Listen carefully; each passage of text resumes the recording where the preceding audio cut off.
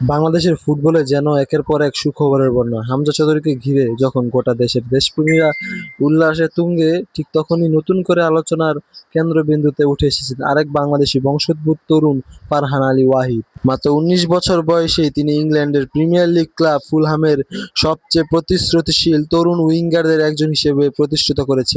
চেলসির একাডেমিতে বেড়ে ওঠার পর ফুলহামের একাডেমিতে যোগ দিয়ে দুর্দান্ত পারফরম্যান্সে সবার নজর কেড়েছেন এই তরুণ। আর এবার এসেছে সবচেয়ে বড় সুখবর, ফারহানকে ফুলহামের সিনিয়র দলে প্রাক মৌসুম অনুশীলনে ডাকা হয়েছে। সেখানে তিনি কাজ করেছেন নতুন কোচ, সাবেক রিয়াল মাদ্রিদ তারকা আলভারো আরভেলার অধীনে। শুধু এখানেই নয়, ২০২৫ সালের নভেম্বরে প্রিমিয়ার লিগ 2 এর সেরা খেলোয়াড়ের পুরস্কার জিতেছেন ফারহান। তার গতি, ড্রিবলিং এবং 1v1-এর পরিস্থিতিতে প্রতিপক্ষকে হারানোর দক্ষতা এবং গোল তৈরির ক্ষমতা ইতিমধ্যে ইংল্যান্ড ফুটবলের অঙ্গনে আলোচনার বিষয়। তবে এখন সবচেয়ে বড় প্রশ্ন, ফারহান আলী ওয়াহিদ কি একদিন হামজা চৌধুরীর মতো কিংবা তার চেয়ে বড় তারকা হয়ে উঠবেন?